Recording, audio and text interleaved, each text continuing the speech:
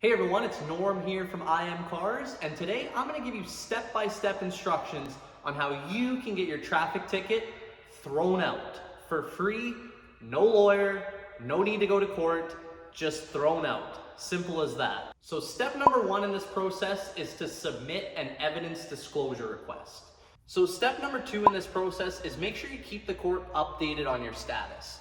And what I mean by that is, if you haven't received your evidence disclosure, you're still required to go to court if you've been assigned a court case. So you don't want to miss that because now you're automatically guilty. So step number three is receive and review the evidence provided against you.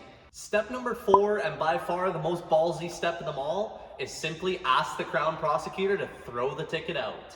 Step number five, and the most satisfying one of them all, is simply wait for your letter in the mail with their decision. So here you can see I've got a letter from Alberta Justice and the Solicitor General. Let's go ahead, we'll open it up, and I'll read it to you right now. Dear Sir/Madam, re-ticket number. Please be advised that the above noted ticket was withdrawn on June 3rd, 2021 by the first appearance prosecutor. There is no further action or conviction on these matters. And then some other stuff on how you can contact them, as you can see in the letter.